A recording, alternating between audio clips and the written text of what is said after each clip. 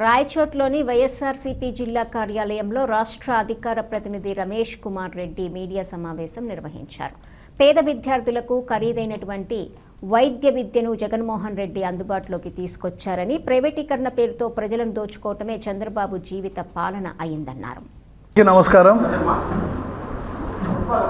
రాష్ట్ర party SC cell అధ్యక్షులు అలాగే మాజీ శాసనసభ్యులు సుధాకర్ బాబు గారు ఈరోజు రాయచోటి పట్టణానికి రావడం, ఇక్కడ ఎస్సీసెల్కు సంబంధించిన మీటింగ్ పెట్టుకోవడం జరిగింది.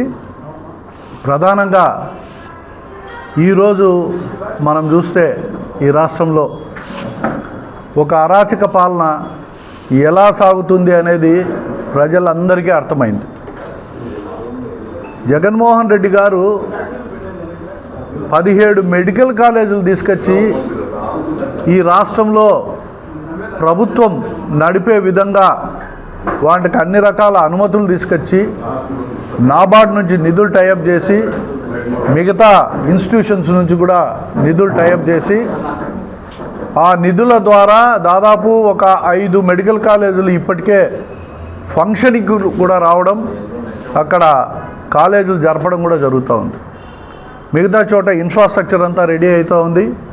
వివిధ దశల్లో ఆ ఇన్ఫ్రాస్ట్రక్చర్ ఉంటే ఈ ప్రభుత్వం పిరికి చేష్టలతో, ఈ ప్రభుత్వం కేవలం వాళ్ళకు కావాల్సిన వ్యక్తులకు ప్రైవేట్ పరం చేసే ఒక పద్ధతిలో ఈ మెడికల్ కాలేజీని ప్రైవేట్ పరం చేయాలని చెప్పి ఆలోచన చేయడం చాలా దారుణం. చంద్రబాబు నాయుడు అంటే పి అంటే ప్రైవేటీకరణ, ఆయన P4 అంటున్నాడు, కానీ ఆయన మనసులో ఉండేదంతా కూడా ప్రైవేటీకరణే. రేపు పొద్దున్నే గవర్నమెంట్ హాస్పిటళ్ళు కూడా ప్రైవేటీకరణ చేస్తాడు, జరిగే స్కూళ్ళు కూడా ప్రైవేటీకరణ చేస్తాడు, ఆర్టీసీని కూడా రేపు పొద్దున్న మళ్ళా ఈరోజు వాళ్ళందరికీ ప్రభుత్వం ఈరోజు జీతాలు ఇస్తూ ఉంటే వాళ్ళని మళ్ళీ ప్రైవేట్ పరంలోకి నెట్టే పరిస్థితులు వస్తాయి. ఇవన్నీ ఎందుకు చెప్తున్నానంటే, ప్రభుత్వం ప్రజల సంక్షేమం కానీ అభివృద్ధి కానీ కోరుకుండే ఏ ప్రభుత్వం అయినా సరే ప్రభుత్వం పెట్టుబడి కొంత పెట్టాల్సిన అవసరం ఉంది, ప్రజలకు అది చేరాల్సిన అవసరం ఉంది. అంటే విద్యలో డొనేషన్ పద్ధతి లేకుండా వీలైనంత వరకు ప్రభుత్వం అన్ని వర్గాలకు సంబంధించిన వాళ్లకు, మెరిట్ స్టూడెంట్లకు సీట్లు వస్తే వీళ్ళందరూ గొప్ప డాక్టర్లు అయితే, ఇంజనీర్లు అయితే దేశానికి సేవ చేస్తారని వాళ్ళపైన వేల కోట్ల రూపాయలు పెట్టుబడి పెడతాను.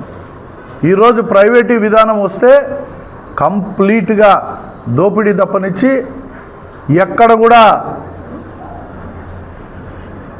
ప్రజలకు ఉపయోగపడే కార్యక్రమాలు జరగడం కష్టమవుతుంది అని చెప్పి ఈ సందర్భంగా తెలియజేస్తాను. ఇదొక నిరసన కార్యక్రమం.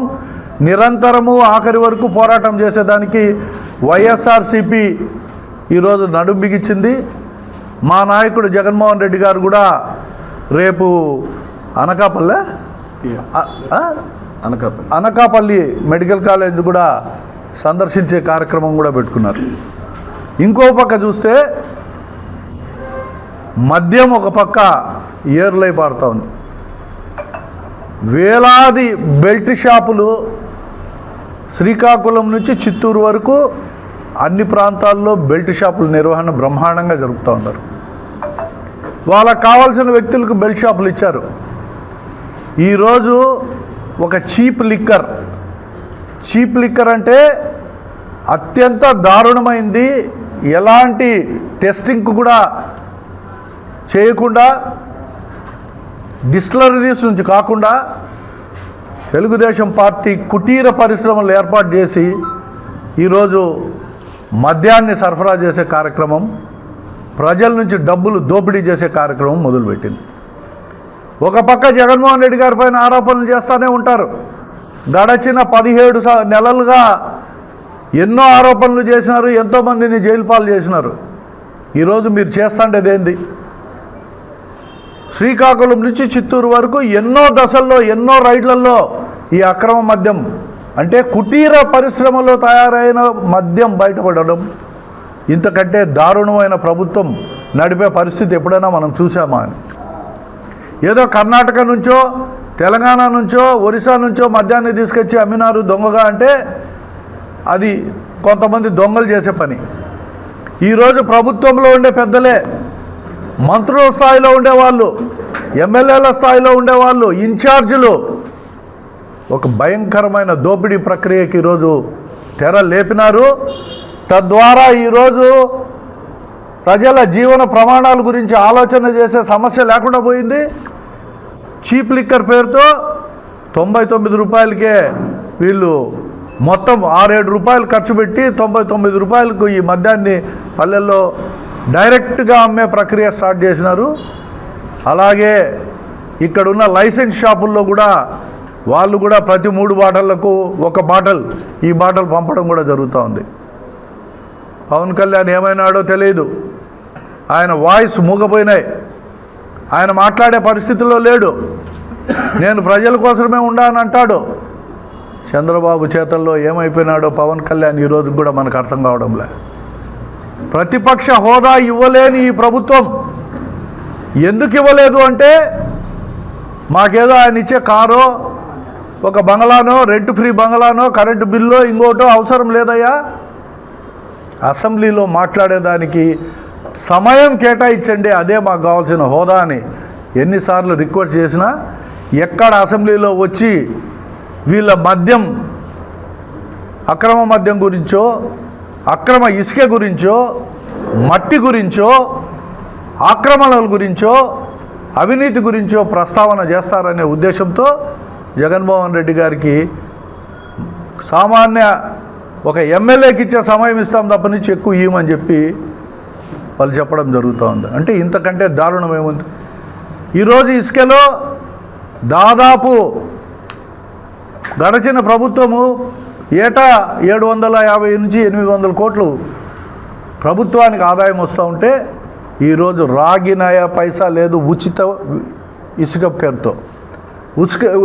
ఉచిత ఇసుక అంటే ఏంటి? ఎవడైనా పోయి ఎవడైనా తీసుకుపోవచ్చు, ఆంక్షలు ఉండకూడదు. అయితే ఈరోజు ఒక ఏజెన్సీని పెట్టారు. ఆ ఏజెన్సీ ఏం చేస్తుందంటే ప్రతి ఒక్క టిప్పర్కో ట్రాక్టర్కో లోడింగ్ ఛార్జెస్ పైన ఏదో 200-300 లోడింగ్ ఛార్జెస్ అయితే దాదాపు 6,000-7,000 వసూలు చేసి నిత్యము ఇక్కడ నుంచి అక్రమ రవాణా ఒక పక్క చేస్తూ ఒక్క సానిపాయ్ రీచ్లో అన్నమయ్య జిల్లాలో ప్రతిరోజు 1,50,000 రూపాయలు కలెక్ట్ అవుతుంది. అంటే 100 టిప్పర్లు మినిమం పోయే పరిస్థితులు వచ్చినాయి. 100 పైన 6-7 వేలు, 1,50,000 అంటే 5-6 లక్షల రూపాయలు డబ్బులు వస్తూ ఉన్నాయి. అంటే 1,50,00,000 రూపాయలు మినిమం డబ్బు ప్రతి నెల ఇక్కడ నుంచి జనరేట్ అవుతుంది లోడింగ్ ఛార్జెస్ పెడుతూ. ఇది ఎక్కడికి పోతుందిరా అంటే ప్రభుత్వంలో ఉండే పెద్దలకు అర్ధభాగం అంట. ఇక్కడున్న మంత్రులకు, ఎమ్మెల్యేలకు, అట్లే కొంతమంది దీంట్లో భాగస్వామ్యమైన అధికారులు పంచుకునే ప్రక్రియ స్టార్ట్ అయింది. నిర్విరామంగా ఇది 1 సంవత్సరం పై నుంచి జరుగుతూ ఉంది. ఎవడు ప్రశ్నించినా వాళ్ళపైన అక్రమ కేసులు పెడతాం, సోషల్ మీడియాలో ఏ పోస్టులు పెట్టినా కేసులు పెడతాం. కోర్టులు లేవు, ఇంకోరు లేరు, వ్యవస్థలు మా కంట్రోల్లో ఉన్నాయి, మేము చెప్పినట్టు వినాలనే పరిస్థితికి వచ్చింది. ఇది ఈనాటి ప్రభుత్వ పనితీరు. చంద్రబాబు నాయుడు గారు ధృతరాష్ట్ర పరిపాలన చేస్తూ ఉన్నాడు. ఎవ్వరూ ఆయనకు చెప్పే పరిస్థితుల్లో లేరు. ఏం జరిగిపోతుందో ఈ రాష్ట్రంలో అన్నీ జరిగిపోతూ ఉన్నాయి. ఇంతటి దారుణమైన పరిస్థితుల్లో ఈరోజు వైఎస్ఆర్సీపీ పార్టీ అన్ని అనుబంధ విభాగాలు కూడా పోరాటానికి సిద్ధపడే ఈరోజు ఈ కార్యక్రమాలు తీసుకుంటున్నాము. అందుకే మా నాయకుడు సుధాకర్ బాబు గారు ఇక్కడికి రావడం జరిగింది. ఆయన ఎస్సీ సెల్ను అప్రమత్తం చేసి రేపు జరగబోయే ఉద్యమ బాటలో అందరం కూడా కలిసికట్టుగా పనిచేయాలని చెప్పి కూడా నిర్ణయం చేయడం జరిగింది.